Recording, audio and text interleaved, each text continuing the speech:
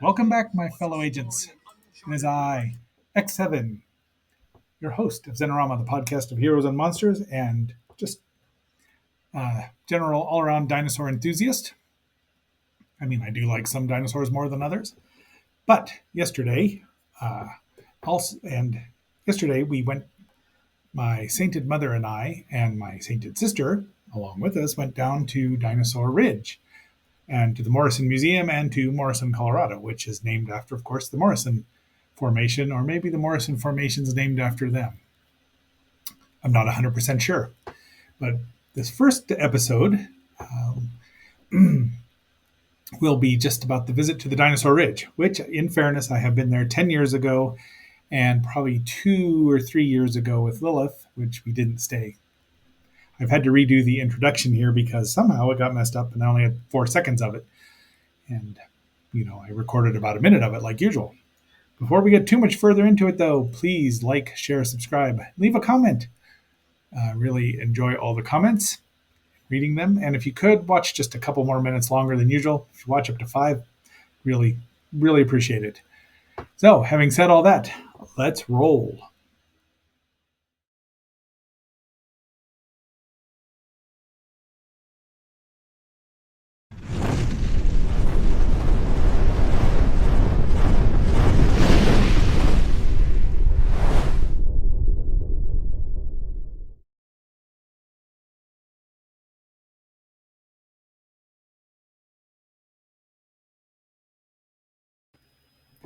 I have been there one more time. About 2 years ago, Lilith and I came back from Colorado Springs and stopped by, and we had a couple of adventures with our directions. The navigation was not the best that it could be, but this is the Discovery Center at Dinosaur Ridge, which was closed when we got there. Well, it was open when Lilith and I visited. We had to drive another 4 minutes to go get to the right end. But it was rainy, and we were both tired from going to Manitou Springs and Garden of the Gods and the Crazy Castle and the Royal Gorge, so we just came home. And it was, did I mention it had been raining? But this time I put in the wrong directions yet again. And we got here, and you can see 2 Stegosauruses. And believe me, that's about to become a thing. And it was closed. It's closed for remodeling. So we had to drive around to the actual Dinosaur Ridge. There were some school kids there, and they have more dinosaurs now. You see the Stegosaurus. Now, I have included a few pictures from that visit 10 years ago because, of course, I wasn't doing a podcast back then. But be that as it may, so they look similar, but a little different here and there. And this is a school. A lot of schools will take their kids here. Various ages. And there's the Edmontosaurus and the Triceratops horridus, which might have been found over in the Cretaceous Formation. That's just west of the Morrison Formation. There's the 3rd Stegosaurus. And these are just pictures here. And, because geology rocks. Right, Lilith? Oh, wait a minute. What's that? I almost forgot something here. But I can. Pachycephalosaurus charge! So yes, that is a small replica of it's a Stygimoloch, of course, but it's the Pachycephalosaurus skull. And you can kind of see the price there, but I'm quite sure that a certain someone who will remain nameless, Lilith, will probably end up with it at some point in time. Paleo Vet. I should have looked at that a little more. This is the gift shop, of course. Bunch of pins, but not a single Pachy in that one. So there's the new, that's the Stegosaurus in the front. Stegosaurus, I call it Stegosaurus stenops, but they had a different last name for it. And there's the original one that I took some 10 years ago with the hole in it. Is it still in it? No, they must have, they've covered it up. I wonder what happened there. Anyway, there's the Triceratops. And that's, so it's Stegosaurus 1, 2, 3, 4.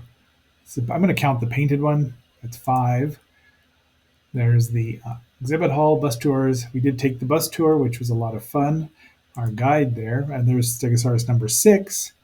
Our guide was Pterodactyl Parker, and that's as in Parker Stevenson, one of the Hardy Boys from the 70s, and not Peter Parker as the Amazing Spider-Man. I did ask him that because, well, it's me. All right, so there's I think that's a Edmontosaurus again, or what we used to call a Trachodon or a Natosaurus. They have a lot of different names. I'm going to count this one number 7. 7. That's the bus we were on, the Stego bus, and it was just the three of us. Poor Parker. I should have warned him. So now we're out on the trail there on the tour. So these are in the rock. They have not removed them. You can see lots of. That's one that they actually did remove. Another one that was eroded. And there, that's a Stegosaurus or an Ammonta. Let's see, a Hadrosaur and a let's see, an ornithomimid and a crocodilian are the ones on there. The crocodilian was probably not too big, but it was flat, so it was kind of cool. And this was really fun, and he knew his stuff, and it was very difficult to not chime in on a lot of things. So this is a little different. We'll see a picture of this momentarily, where the tracks are, and now we get to see the sauropod footprints, which are right here. He challenged my sainted mother and sister to find them, and I opted out because I already knew where they were because I'd been there 10 years ago, and I was pretty impressed that they're trying to not keep these from collapsing. It just seems like that's it's going to happen sooner or later. There's Parker and his outfit. That's another step right there, as you can tell. This Red Rocks is right here. That's the concert venue. And it's just it was a pretty day, a little gusty, but quite nice. And now we're going to actually see fossils. There's one right there. See, it points it out. And here, in these, what they think they were, the Apatosaurus ajax and Armatus. I like Stenops better. It's just easier because it's, alliteration. My sainted mother wanted to put her foot in one of the fossil prints and was told she could not. So she at least fondled this one. There's the Borison fossil area was designated a National Natural Landmark. So it's national, but it belongs to the county of Jefferson County. Hopefully it'll be safe. But 1973, so this means I've driven past this many times before I first went to it, or even heard of it in 2015. Yeah, I know. So here's another one. This is a nice rock there. This might be the one that Fritz at the Morrison Museum, which we'll cover shortly, but not today. His boss, the curator of that museum, wants to pull this one and stop kids from eroding it further because they climb on it because it's right there and you can touch it. Oh, this is from 2015. Somebody, not mentioning any names, Lilith has this already, but got it not from Dinosaur Ridge, but I think from the Denver Denver Museum of Nature and History. And here's some more stomps. These are all from 2015. So they've changed everything a little bit, but here you can see the footprints much easier. And okay, then we're done with the 2015 flashback, except for one more picture at the end. This is Stegosaurus number 8. There's a Utah raptor. Actually, that is not a Utah raptor. It's probably a Dilophosaurus. Stegosaurus number 9. I'm not going to count these paintings, though. That's a Thagomizer quill, or what they used named after the late Thag Simmons. T-Rex tooth, Allosaurus claw, Utah raptor. This is a Triceratops horn, probably a juvenile because it's tiny. And this is the iguanodon thumb, which was one of the first things that they thought it was a tooth, hence the name iguanodon, iguana's tooth. Then they found out it was the thumb. So if you look at the Crystal Palace sculptures, you'll see that it's the four-legged iguanodon has it right there on its nose because of what they thought. And is hiatus the same thing as a respite? Is it on a respite? Um, there's a small sauropod. That's a Brachiosaurus skull. It's gigantic for this Camarasaurus. Diplodocus. More painting. I just like the paintings too. Yeah. Early Cretaceous, this great inland sea. There's some crocodilomorphs and various other dinosaurs. Not that the crocodilomorphs are not dinosaurs. They did not have any sculptures of the Elasmosaurus. They did have its skull there, which is kind of cool. Look at them, my beloved Elasmosaurus. Ammonites, of course. Fish skeleton.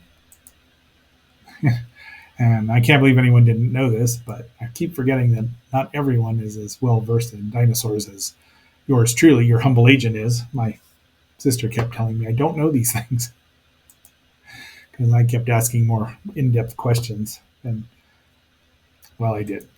Oh, there's a little Stegosaurus coming soon. More fossils, ammonites, which could get pretty big, like 8 feet, so not a tiny little thing. And 2 animals that were not generally found in Colorado, at least in this formation, at least in the Morrison Formation. And a pretty decent Utah raptor. Now, notice how big they are as opposed to velociraptors, which are very, very, very tiny. I mean, like the size of a turkey. Of course, fortunately, the gentleman who was telling us about why they were called velociraptors claimed that the Utah raptors were found after the movie was made, but the velociraptor, and they just added them in because Dr. Bacher advised them on that. Or was it Dr. Horner? Anyway, but they were velociraptors in the book, and the book was written several years before the movie. So I did not volunteer that information. Yes, I sometimes do know when to stop talking. Just there's where you can find all the dinosaurs, and that's the other side of dinosaur Stegosaurus number 9. And, well, Lilith will know why this one's in here. And why this is in here. And, of course, there he is, Higgintooth himself. This was a poster in the town of Morrison that I just did. And, of course, this does happen. They do still have coprolite there, but it does not say dinosaur dung on it anymore. See, there's turtle. I don't know how they would know. Be that as it may, that is our episode for today. And, wow, that is pretty darn short here. Should I vamp a little longer? No. Tomorrow will be, we've got 3 episodes of The Green Hornet. We're getting pretty close to being done, except for this. I think we'll do, well, anyway, tomorrow's The Green Hornet. And then I don't know when we'll get to the Morrison Museum, which has a lot more pictures of that because that was fun too. Anyway, if you're in Colorado and you need to go see it, you should. It's a good it's a good 4 or 5 hours down there. You can eat lunch or wherever you want to in Morrison, provided there's not a concert up at Red Rocks at the same time. You probably will want to avoid the area entirely. But having said all that, my fellow agents, this is X7 signing off, and we'll listen to a little more of this.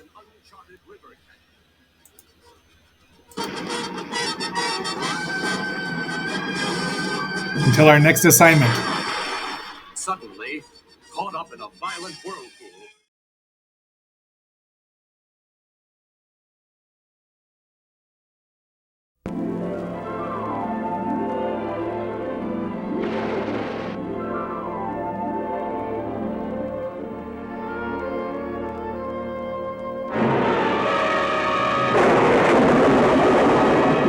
Alive after 70 million years. Dinosaurs! Roaring, walking, destroying. Dinosaurus!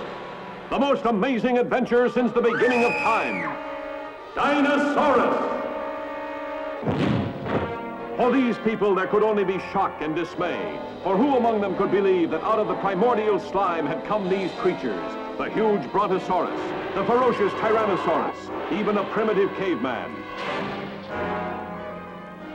Panic-stricken, horrified, did they have the courage, the ingenuity to survive? How do we get word out, Hacker? Mailboat will be in tomorrow morning. By tomorrow, we could all be dead. We are going to be friends, you and me. Sights never before seen on the screen. A 60-ton dinosaur tamed by a small boy and a caveman. A caveman loose in a modern home. The death duel of the dinosaurs. A girl caught by the dread Tyrannosaurus. The battle between giant monster and monster machine.